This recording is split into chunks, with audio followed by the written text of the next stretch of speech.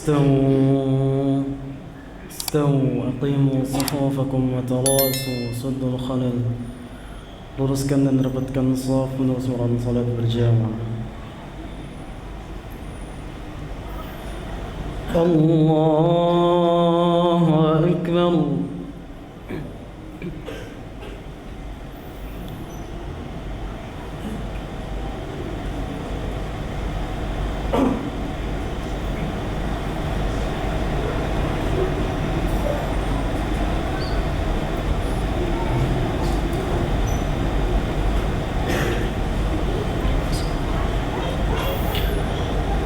الحمد لله رب العالمين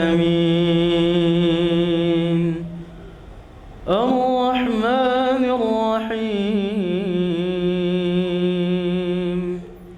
مالك يوم الدين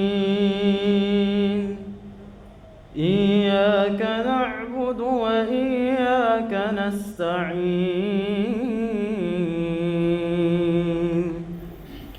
اهدنا الصراط المستقيم صراط الذين أنعمت عليهم غير المغضوب عليهم ولا الضالين.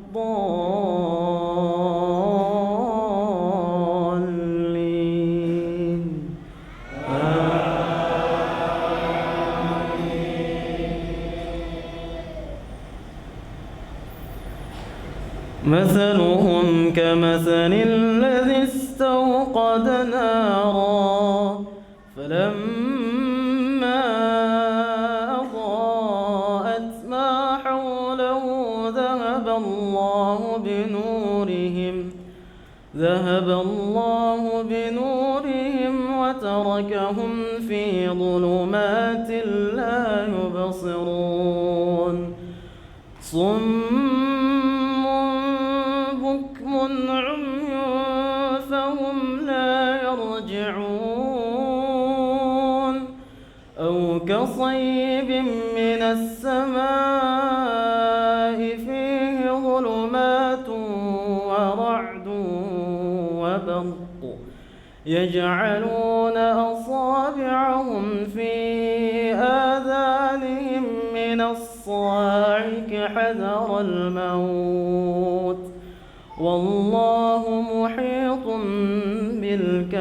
بالكافرين يكاد البرق يخطف أبصارهم كلما أضاء لهم مشوا فيه وإذا أظلم عليهم قاموا ولو شاء الله لذهب بسمعهم وأبصارهم إن الله على كل شيء قدير.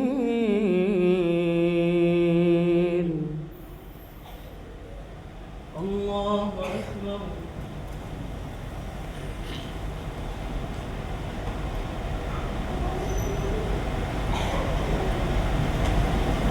سمع الله لمن حمده.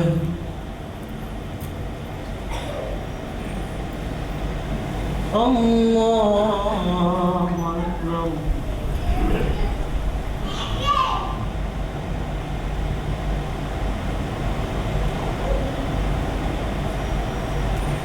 الله أكبر.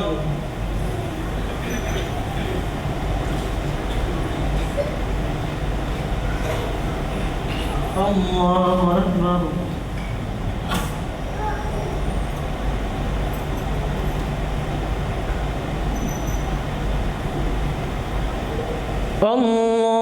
الله أكبر.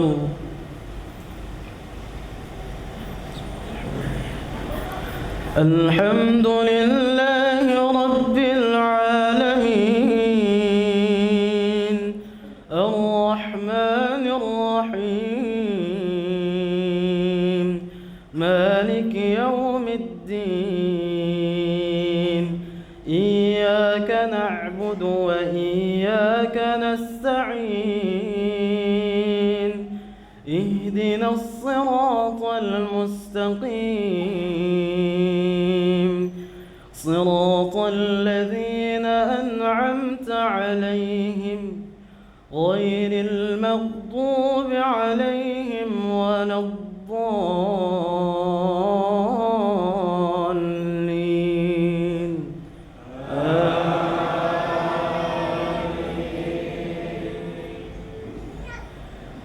يا أيها الناس اعبدوا ربكم الذي خلقكم والذين من قبلكم لعلكم تتقون الذي جعل لكم الأرض فراشا والسماء بناء وأنزل من السماء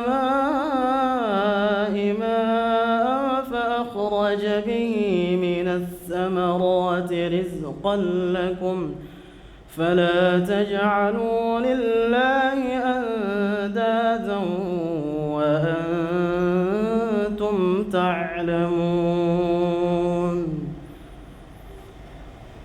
الله أكبر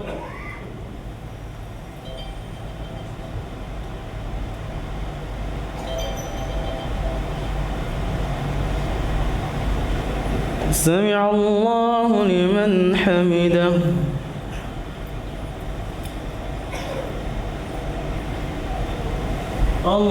الله أكبر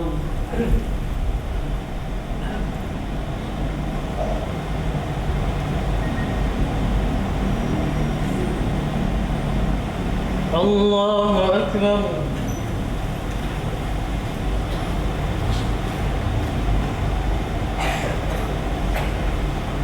الله أكبر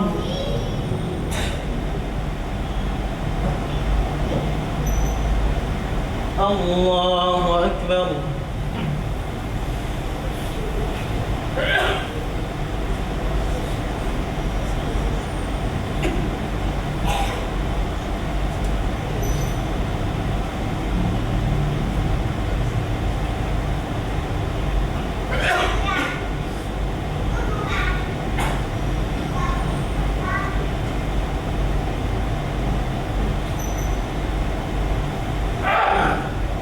الله أكبر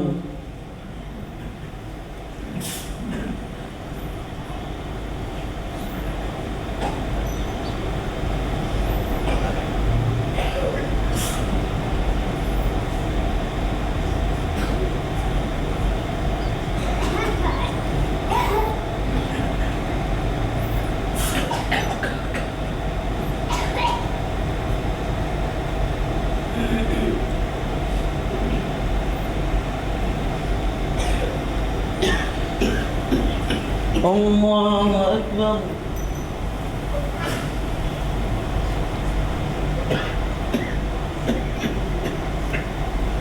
سمع الله لمن حمده الله أكبر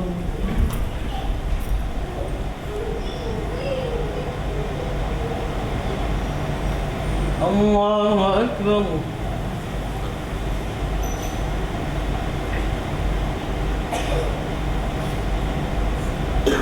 الله أكبر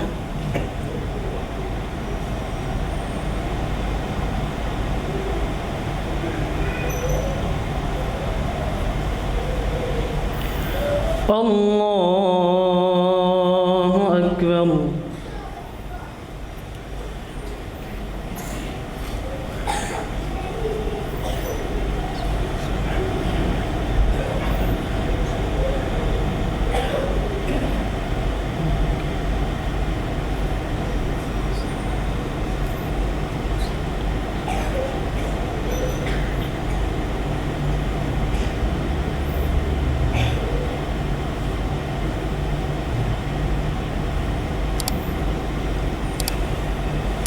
الله أكبر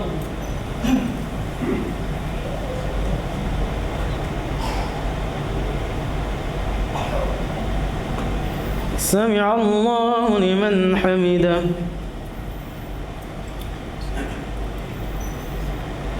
الله أكبر.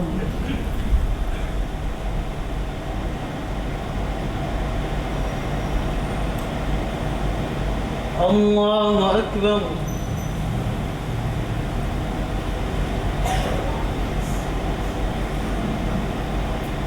الله أكبر.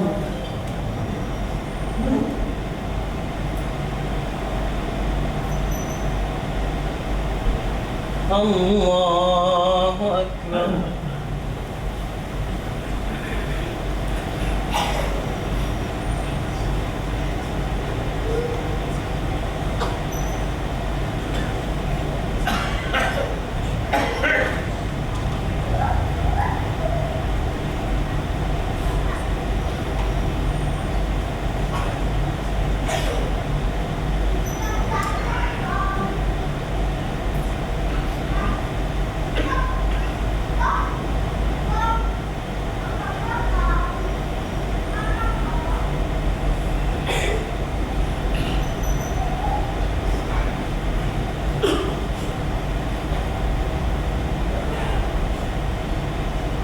السلام عليكم ورحمة الله وبركاته. السلام عليكم ورحمة الله وبركاته.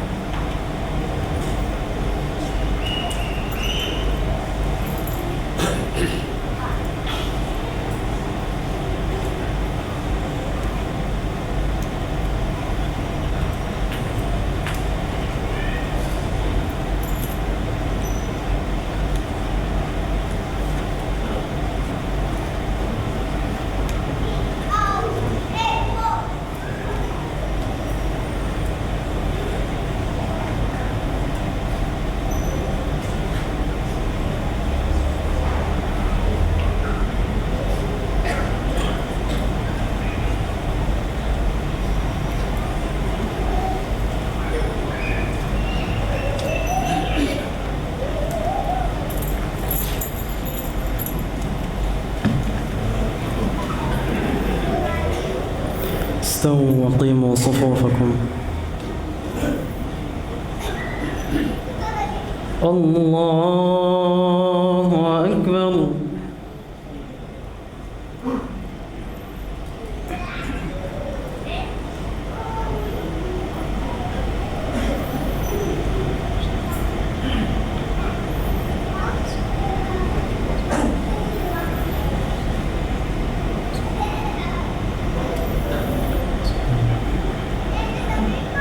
الحمد لله رب العالمين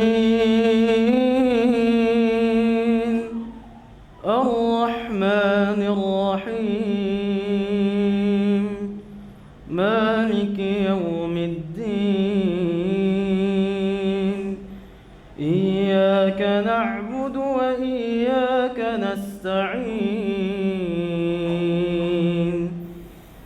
اهدنا الصراط المستقيم صراط الذين أنعمت عليهم غير المغضوب عليهم ولا الضالين.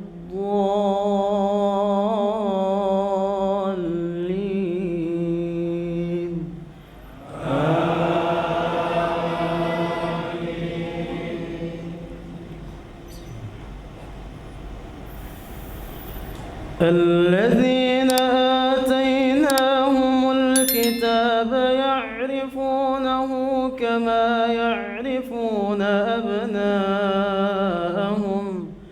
وإن فريقا منهم ليكتمون الحق وهم يعلمون. الحق من ربك فلا تكونن من الممترين ولكل وجهة هو موليها فاستبقوا الخيرات أينما تكونوا يأت بكم الله جميعا إن الله على كل شيء قدير. ومن حيث خرجت فول وجهك شطر المسجد الحرام وإنه للحق من ربك وما الله بغافل عما تعملون.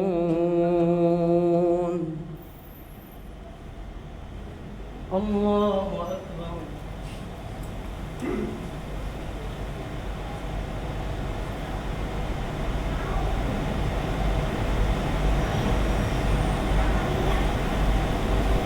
سمع الله لمن حمده.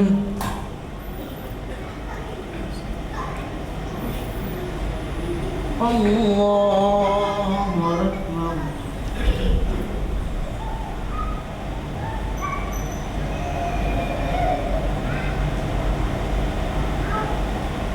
الله أكبر.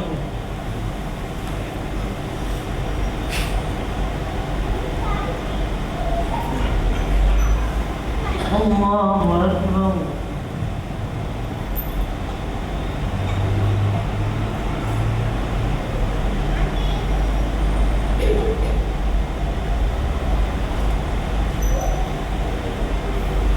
الله أكبر.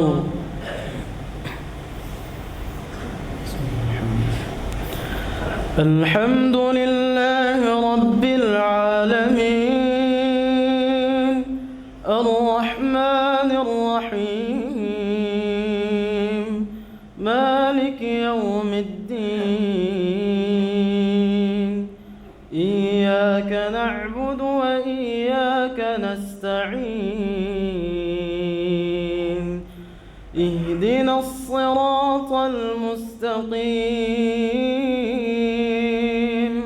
صراط الذين أنعمت عليهم غير المغضوب عليهم ولا الضالين.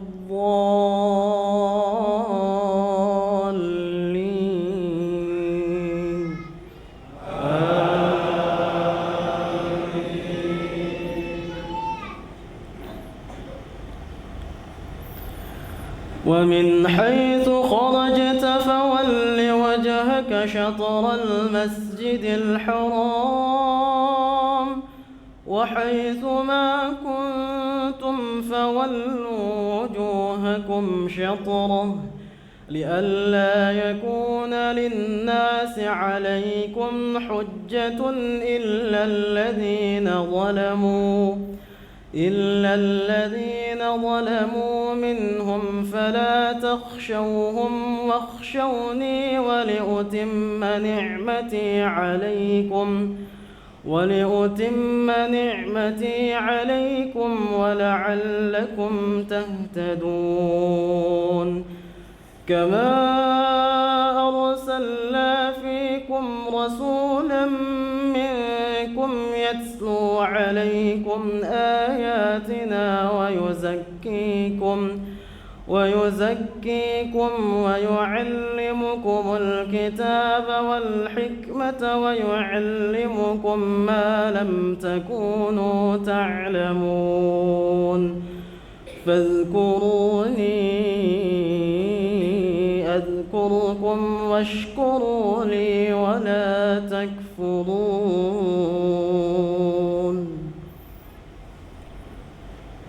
الله أكبر.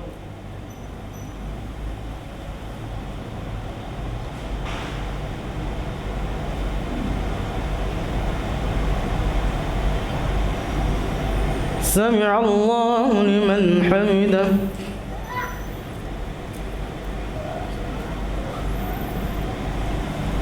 الله أكبر.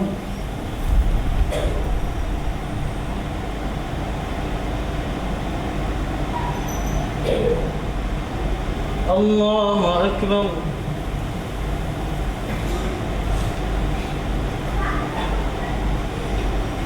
الله أكبر.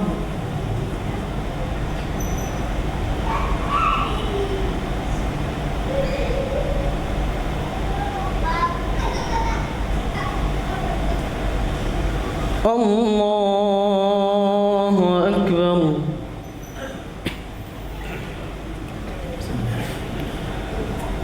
الحمد لله رب العالمين الرحمن الرحيم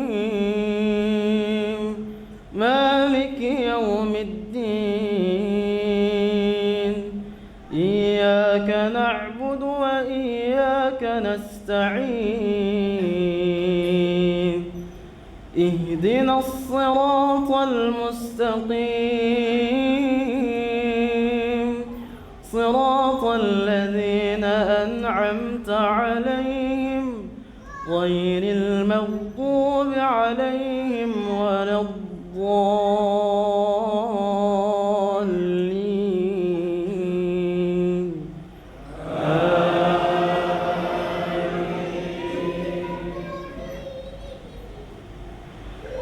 فاذكروني أذكركم واشكروا لي ولا تكفرون. يا أيها الذين آمنوا استعينوا بالصبر والصلاة إن الله مع الصابرين.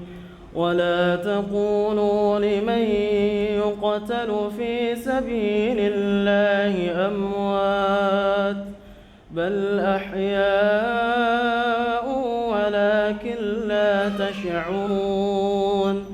ولنبلونكم بشيء من الخوف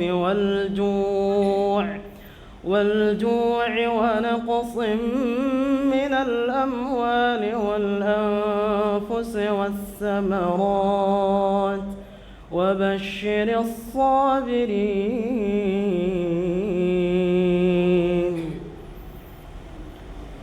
الله أكبر.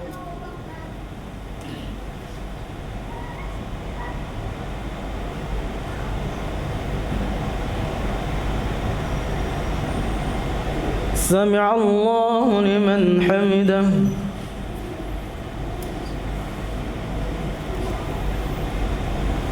الله أكبر.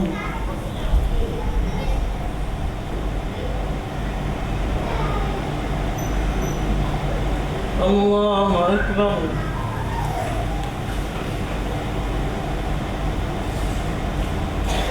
الله أكبر.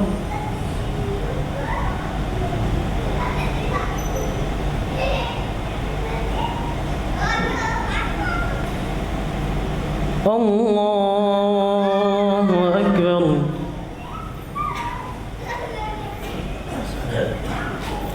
الحمد لله رب العالمين الرحمن الرحيم مالك يوم الدين. إياك نعبد وإياك نستعين. اهدنا الصراط المستقيم صراط الذين أنعمت عليهم غير المغضوب عليهم ولا الضالين.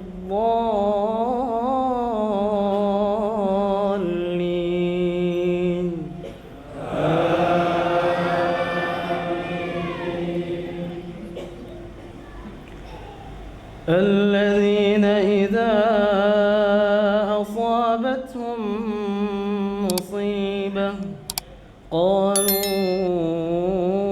إنا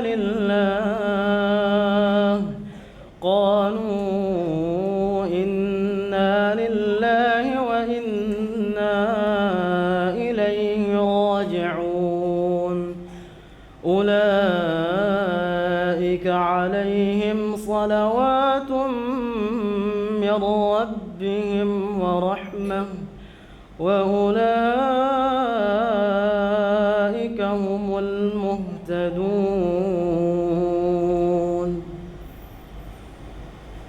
الله أكبر.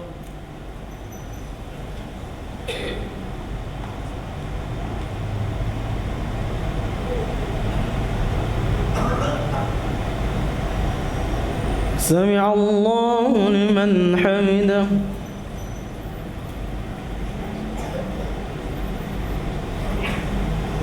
الله أكبر.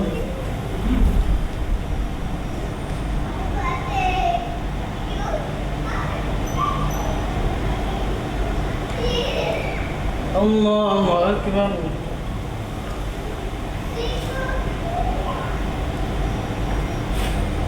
الله أكبر.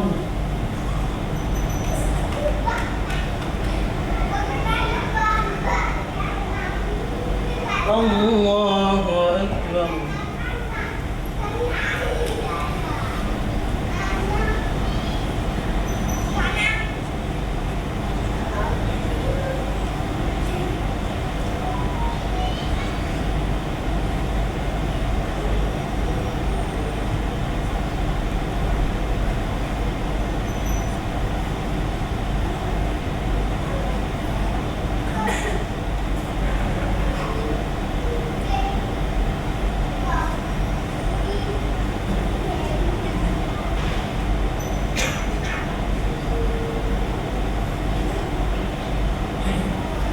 السلام عليكم ورحمة الله وبركاته. السلام عليكم ورحمة الله وبركاته.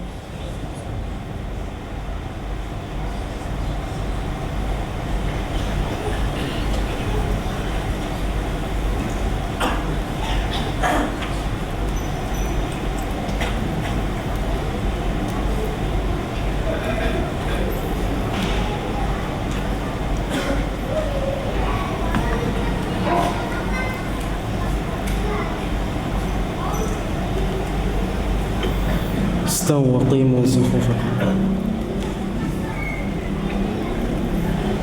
الله أكبر.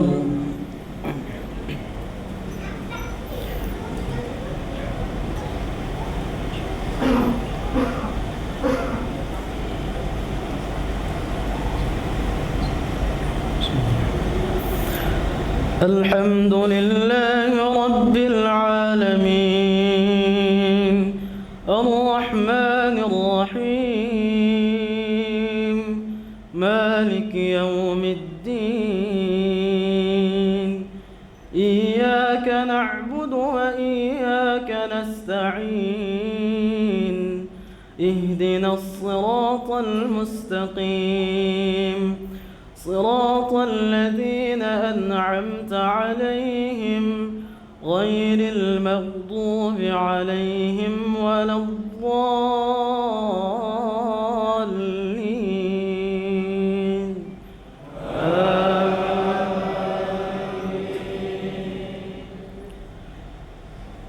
الذين إذا أصابتهم مصيبة قالوا إنا لله وإنا إليه راجعون أولئك عليهم صلوات من ربهم ورحمة وأولئك هم المهتدون.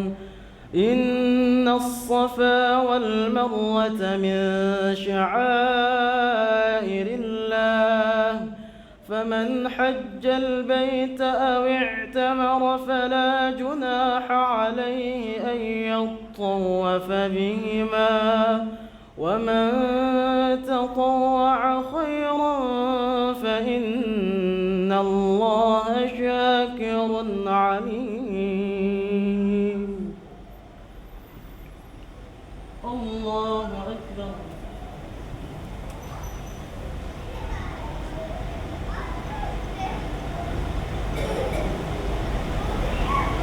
سمع الله لمن حمده.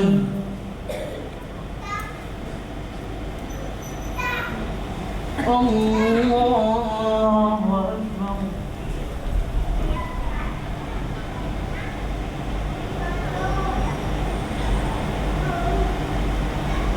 الله أكبر.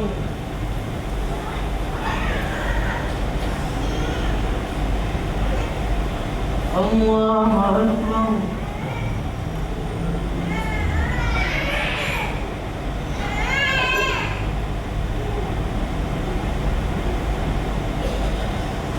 الله أكبر.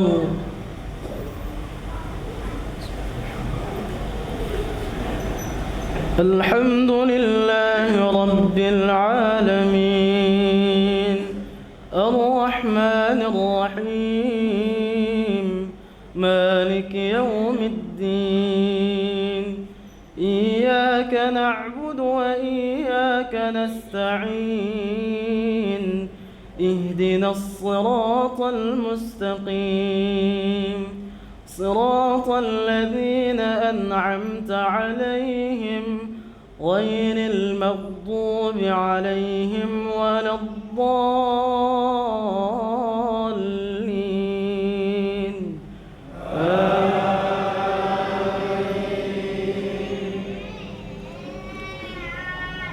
إن الذين يكتمون ما أنزلنا من البينات والهدى من البينات والهدى من بعد ما بيناه للناس في الكتاب أولئك يلعنهم الله ويلعنهم اللاعنون إلا الذين تابوا وأصلحوا وبينوا فأولئك أتوب عليهم وأنا التواب الرحيم.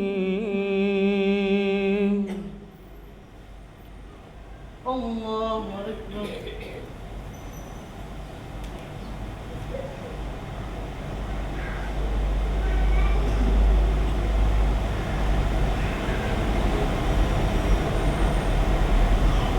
سمع الله لمن حمده.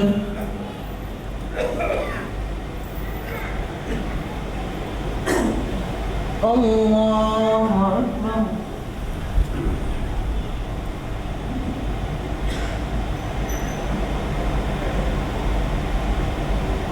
الله أكبر.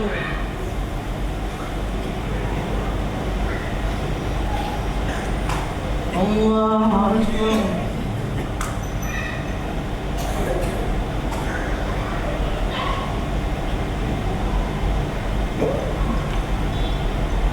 الله أكبر.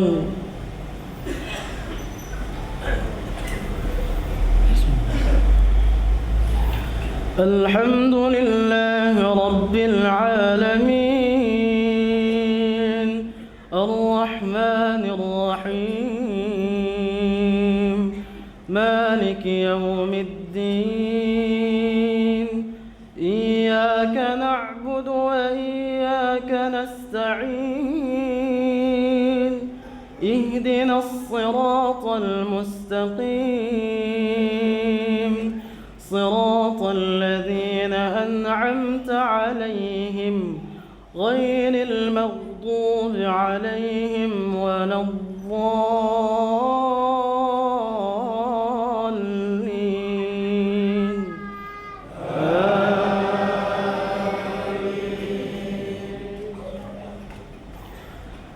إن الذين كفروا وماتوا وهم كفار أولئك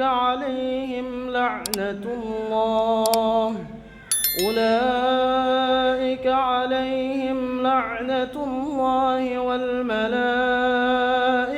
والناس أجمعين خالدين فيها لا يخفف عنهم العذاب ولا هم ينظرون وإلهكم إله واحد لا إله إلا هو الرحمن الرحيم. الله أكبر.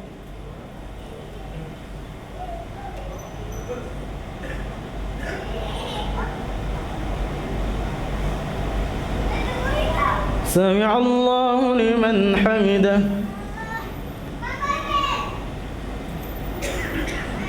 الله أكبر.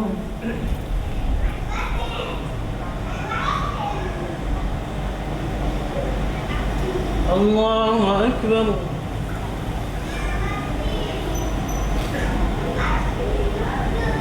الله أكبر.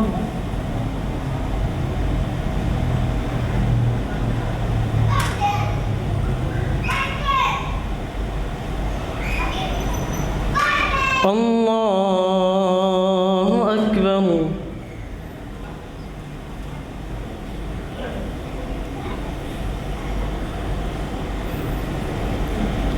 الحمد لله رب العالمين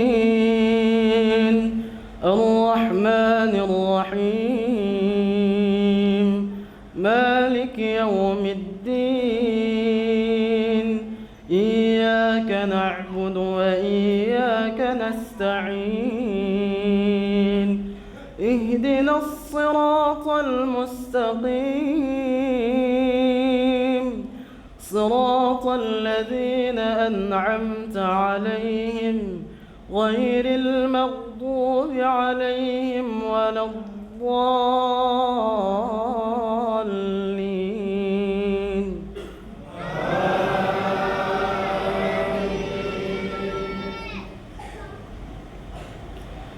إن في خلق السماوات والأرض واختلاف الليل والنهار والفلك التي تجري في البحر بما ينفع الناس وما أنزل الله من السماء في البحر بما ينفع الناس وما أنزل الله من السماء من ماء فأحيا به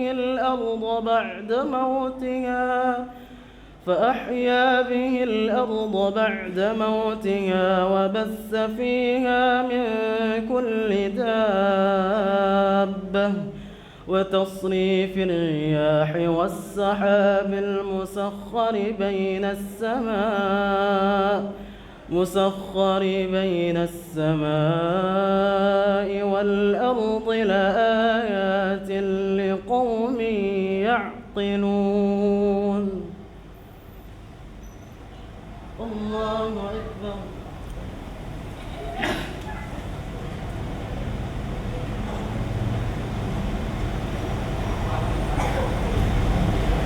سمع الله لمن حمده.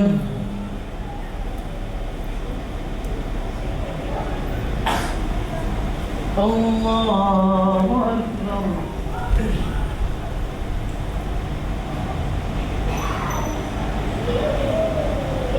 الله أكبر.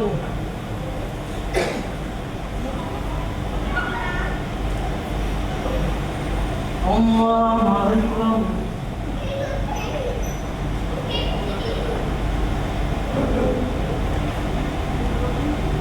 الله أكبر.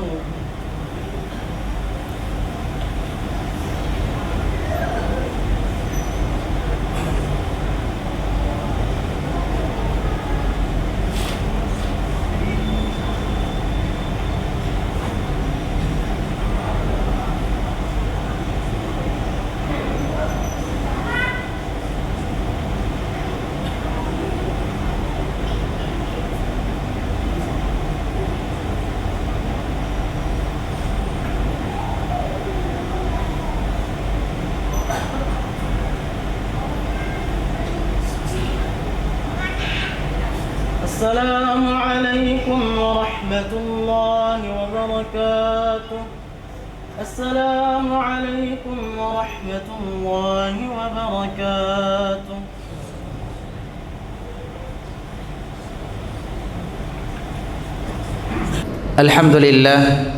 الحمد لله رب العالمين والصلاة والسلام على أشرف الأنبياء والمرسلين نبينا محمد وعلى آله وصحبه أجمعين. أما بعد. Bapak Ibu kaum muslimin dan muslimat rahimani wa rahimakumullah. Waktu adalah barang yang sangat berharga. Namun barang ini banyak diabaikan oleh sebagian besar umat manusia. Nabi kita Muhammad sallallahu alaihi wasallam memperingatkan kepada kita jauh-jauh hari.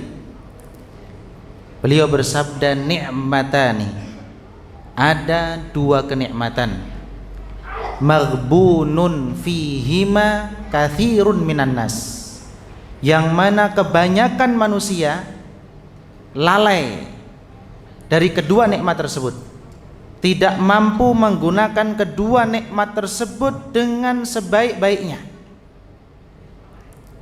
Yang pertama as-sihah, yaitu kesehatan, dan yang kedua adalah al-faragh, yaitu kesempatan.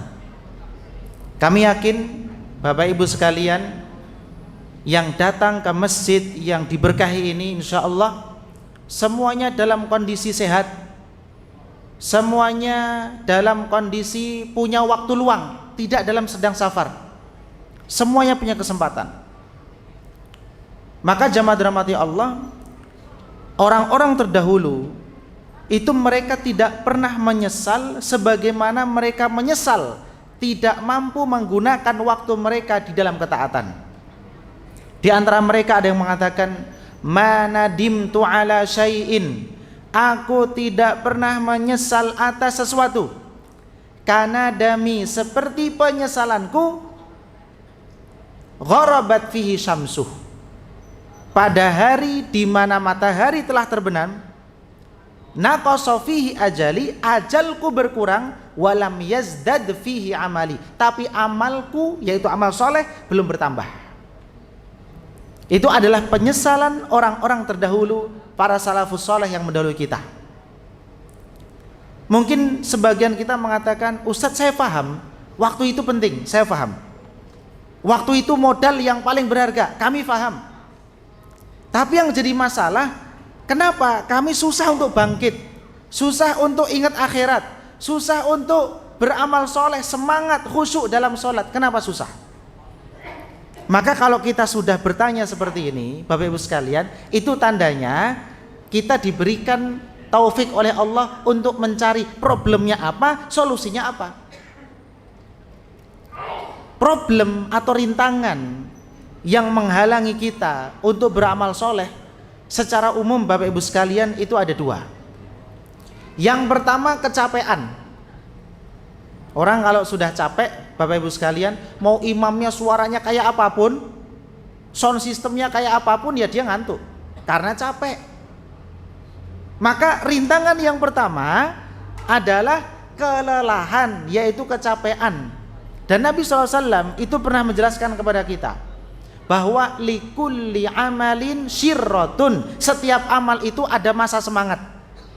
Ada masa semangat. Coba jenengan bandingkan tarawih pertama sama tarawih keberapa ini?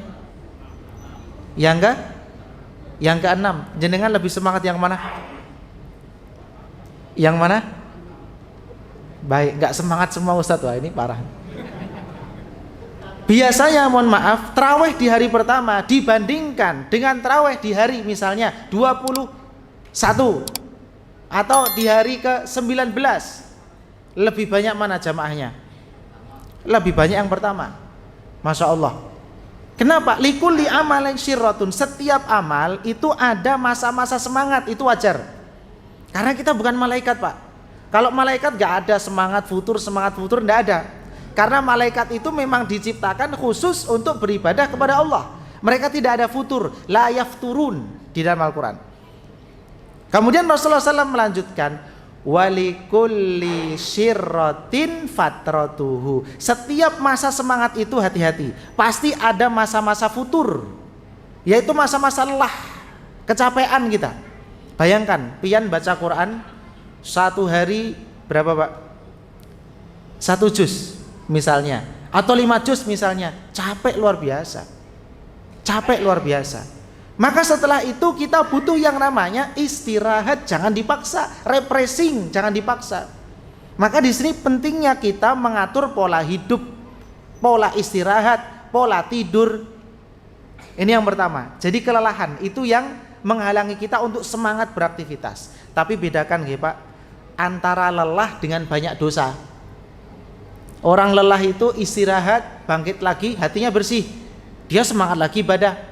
Tapi kalau habis guring, bangun, kemudian tetap malas, itu bukan karena lelah, dia tidak beramal soleh, tapi karena faktor yang kedua, penghalang yang kedua, yaitu apa? Yaitu karena ada dosa yang masih tersimpan di dalam diri kita. Ustadz, kan dosa itu kalau kita istighfar terhapus. Iya, masalahnya bukan itu Pak. Masalahnya ada dosa yang kita itu belum benar-benar sidqut taubah, jujur di dalam bertobat kepada Allah. Di dalam hati kita masih ada, nanti habis Ramadan saya pingin melakukannya lagi. Tobatnya pas Ramadan saja, tobat sambel. Nanti habis Ramadan saya pingin beraktivitas seperti sebelum di bulan Ramadan. dia lakukan maksiat-maksiat itu, maka itu belum jujur di dalam bertobat. Selama itu masih ada di dalam diri kita, maka kita akan sulit untuk semangat beribadah. Maka jamaah dirahmati Allah, kita tahu kita manusia biasa. Nabi SAW mengatakan istaqimu, istiqomahlah, monggo jenengan mau istiqomah silahkan. Walan tuhsu, tapi kalian tidak akan pernah mampu sempurna untuk istiqomah, pasti tergelincir. Tapi orang, Nabi saja Pak itu pernah berbuat kesalahan. Meskipun Nabi itu dimaksumkan. Maksum itu artinya apa? Nabi nggak mungkin mengulangi dosa lagi kalau sudah ditegur oleh Allah Subhanahu wa taala. Ketika Nabi berbuat kesalahan pasti ditegur oleh Allah Subhanahu wa taala. Nabi juga pernah berbuat salah. Abasa wa tawalla an ja'ahul a'ma, disebutkan dalam surah Abasa. Itu salah satu kesalahan Nabi Muhammad SAW. Tapi dimaksudkan artinya apa? Ketika kita tahu itu adalah satu dosa, kita harus berazam di dalam niat, di dalam diri kita, saya tidak akan mengulanginya lagi. Toh suatu saat nanti kalau kita terjerembab, tercebur pada maksiat yang sama, insya Allah kita kembali lagi kepada Allah, kita bertobat lagi kepada Allah, dengan syarat kita berniat untuk tidak mengulangi lagi. Namanya juga manusia. Tapi kalau di dalam diri kita belum ada kejujuran itu, nanti habis Ramadan saya ulangi lagi. Maka jemaah dirahmati Allah, jangan berharap, jangan terlalu panjang-panjang cita-cita kita di bulan Ramadan ini, kita tidak akan pernah semangat untuk beribadah kepada Allah Subhanahu wa taala. Maka Bapak Ibu sekalian rahmati Allah, dua rintangan ini, yang pertama lelah, kita harus istirahat. Malam jangan terlalu larut-larut jenengan tidur. Maksimal jam berapa Pak? Jam 11 sudah tidur, alhamdulillah. Bangun jam berapa? Jam 11 juga, alhamdulillah. Jam berapa? Jam 4, setengah 3. Kalau Ramadan ya jangan jam 4 lah, jam 3 deres murojaah Quran. Ustadz murojaah susah, saya nggak bisa baca Quran. Pian hafal surat pendek berapa Pak? Saya cuman hafal Qul huwallahu ahad, Qul a'udzu birabbil falaq, Qul a'udzu birabbin nas, Fatihah sampai surah Al-Fil. Ustadz baca itu ulang-ulang Pak, itu juga Quran. Daripada kita berusaha memang nggak bisa baca, mau baca alif lam mim alama dibaca. Maka PR-nya Pak, tahun depan saya harus belajar membaca Al-Quran. Saya yakin bisa Pak. Yang penting ada ketulusan dan niat yang sungguh-sungguh dalam hati. Tahun depan saya ketemu Ramadan, saya harus sudah bisa membaca Al-Quran. Sekarang apa yang kita lakukan? Maksimalkan apa yang kita bisa, kan banyak surat yang sudah kita hafal. Kalau kita tidak mampu baca Al-Baqarah, alif lam mim saja belum bisa baca, ya kita baca yang sudah kita hafal. Wadduha wallaili idza saja, diulang-ulang, nggak ada masalah Pak. Setiap huruf, dan itu Al-Quran, itu diganjar 10 kali lipatnya. Apalagi di bulan Ramadan, wallahu a'lam berapa kali lipatnya. Ini yang pertama. Jadi lelah. Yang kedua apa tadi? Dosa. Ini yang menghalangi kita. Solusinya apa? Tobat. Tobat yang jujur. Sudah, dosa-dosa yang kemarin saya benar-benar akan cut di bulan ini. Selesai. Dan kita tidak tahu habis Ramadan ngulangi lagi atau tidak. Namanya manusia. Maka saya tobat. Gimana cara tobat yang benar? Di dalam zikir pagi dan petang itu sudah diajarkan semua oleh Nabi Muhammad SAW. Dan ini Bapak Ibu sekalian, syarah zikir yang memang saya rasakan secara pribadi luar biasa, efeknya luar biasa, yaitu pian jangan pernah meninggalkan membaca la ilaha illallah wahdahu la syarikalah lahul mulku wa lahul hamdu wa huwa ala kulli syai'in qadir. Berapa kali? 100 kali. Berapa kali Pak? 100 kali. Barang siapa yang membaca la ilaha illallah wahdahu la syarikalah lahul mulku wa lahul hamdu wa huwa ala kulli syai'in qadir 100 kali, maka dosa-dosanya akan diampuni oleh Allah meskipun sebanyak buih yang ada di lautan. Sebanyak apapun akan diampuni oleh Allah. Bahkan jenengan kalau lihat di YouTube, ada seorang yang diwawancarai, orang Arab. Itu beliau mengatakan, saya pernah meruqyah seseorang. Ketika diruqyah, jinnya nggak mau keluar Pak. Jinnya memberikan syarat, saya mau keluar dari tubuh orang ini, syaratnya satu, saya pindah ke tubuhmu wahai Syekh. Jadi pindah ke tubuh si peruqyah, mau ndak? Artinya Syekh yang meruqyah tadi mengatakan silahkan, nggak ada masalah, yang penting kamu keluar dulu. Akhirnya keluar tapi ndak bisa masuk ke dalam tubuh Syekh tersebut. Kemudian syekh tersebut mengatakan, saya tidak pernah meninggalkan la ilaha illallah wahdahu la syarikalah lahul mulku wa lahul hamdu wa huwa ala kulli syai'in qadir. Sehari berapa Pak? 100 kali. Memang ada yang mengatakan 1 boleh, 10 boleh, enggak baca juga boleh. Tapi kalau jenengan baca 100 itu insya Allah lebih afdol. Tidak ada yang mendatangkan lebih afdol daripada itu kecuali orang yang membacanya lebih banyak lagi. Saya difahami insyaallah. Jadi memperbanyak apa? La ilaha illallah wahdahu la syarikalah. Dimulai kapan Pak? Ba'da tarawih, ba'da witir, pian mulai. Tidak ada masalah. Semoga nanti ada perubahan dalam kehidupan kita. Kami pribadi merasakannya. Kemudian yang kedua, astagfirullah wa atubu ilaih. Di dalam zikir pagi petang disebutkan berapa kali? 100 kali. Jangan pernah tinggalkan itu. Kita ini manusia lemah.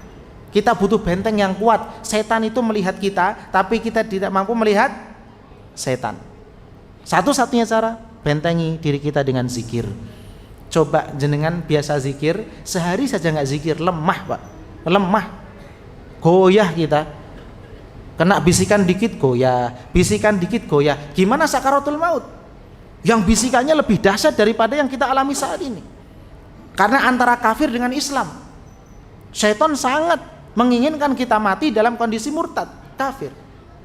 Maka jemaat Allah sekali lagi jangan lupa, lelah obatnya apa tadi? Refreshing, istirahat. Tapi kalau habis istirahat masih malas juga Pak, berarti dosa itu. Berarti dosa. Maka obatnya apa tadi? Membaca la ilaha illallah syarikalah berapa kali? 100 kali terus baca. Lebih Ustaz? Monggo, enggak ada masalah. Astagfirullah wa atubu ilaih 100 kali minimal.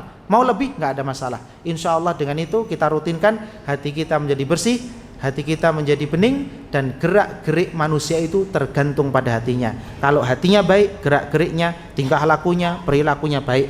Tapi sebaliknya kalau hatinya kotor, maka perilakunya juga tidak baik. Barakallahu fikum. Semoga kami sampaikan ini bermanfaat. Tentunya bukan hanya untuk wawasan, semoga bisa dipraktekkan. Wabillahi taufiq wal hidayah. Kita akhiri dengan doa kafaratul majlis. Subhanakallahumma bihamdika asyhadu an la ilaha illa anta astaghfiruka wa atubu ilaik. Assalamualaikum warahmatullahi wabarakatuh. Kita lanjut dengan salat witir. استووا وأقيموا صفوفكم. الله أكبر.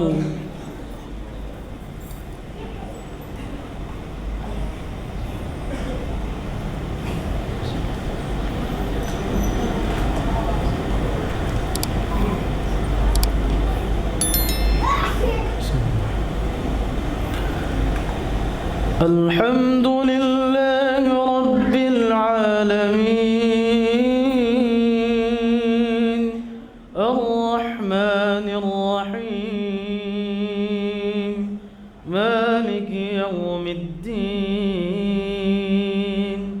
إياك نعبد وإياك نستعين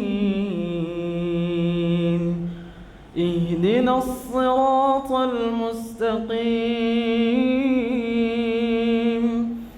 صراط الذين أنعمت عليهم غير المغضوب عليهم ولا الضالين.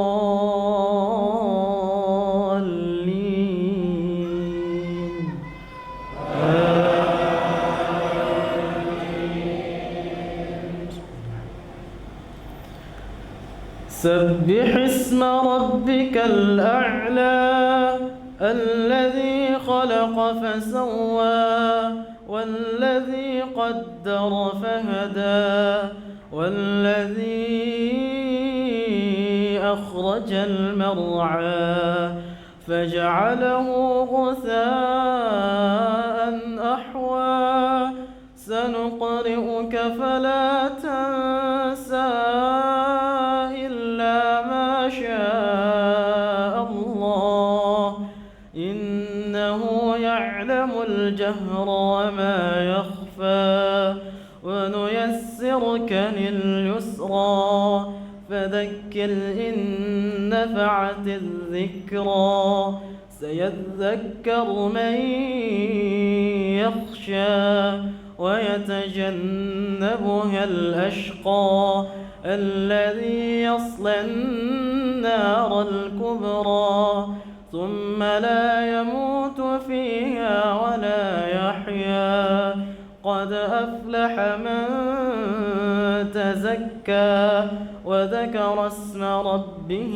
فصلى بل تؤثرون الحياة الدنيا والآخرة خير وأبقى إن هذا لفي الصحف الأولى صحف إبراهيم وموسى.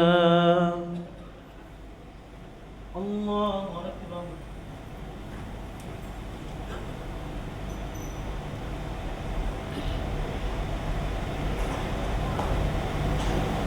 سمع الله لمن حمده. الله أكبر.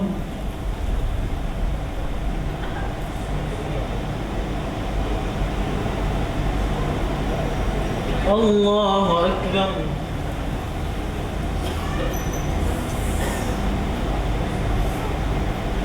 الله أكبر.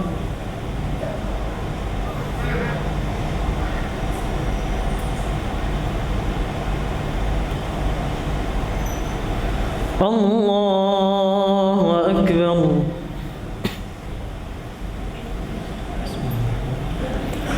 الحمد لله رب العالمين الرحمن الرحيم مالك يوم الدين إياك نعبد وإياك نستعين اهدنا الصراط المستقيم صراط الذين أنعمت عليهم غير المغضوب عليهم ولا الضالين.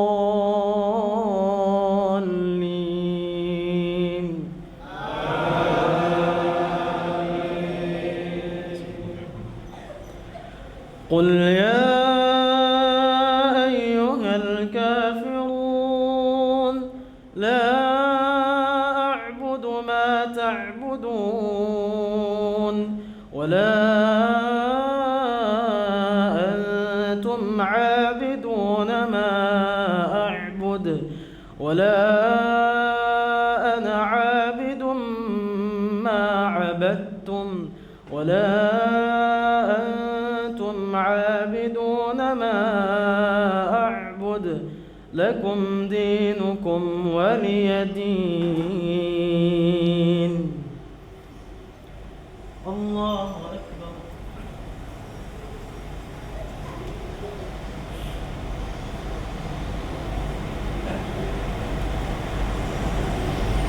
سمع الله لمن حمده. الله أكبر.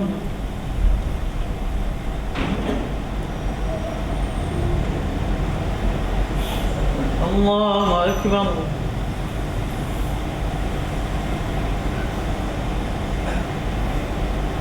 الله أكبر.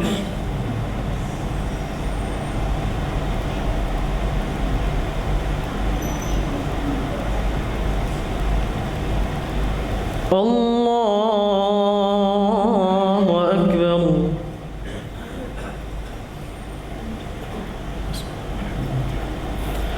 الحمد لله رب العالمين الرحمن الرحيم مالك يوم الدين إياك نعبد وإياك نستعين اهدنا الصراط المستقيم صراط الذين أنعمت عليهم غير المغضوب عليهم ولا الضالين.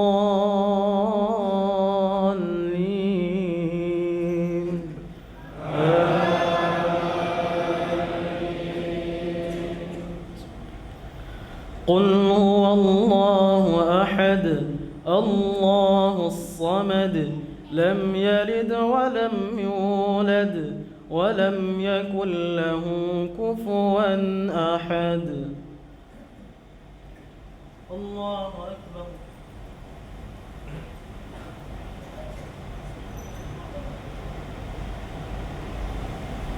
سمع الله لمن حمده.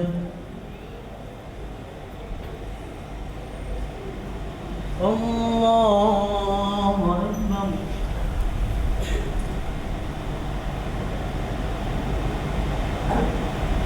الله أكبر.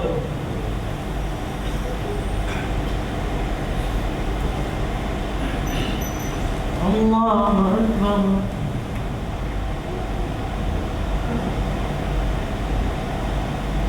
الله أكبر.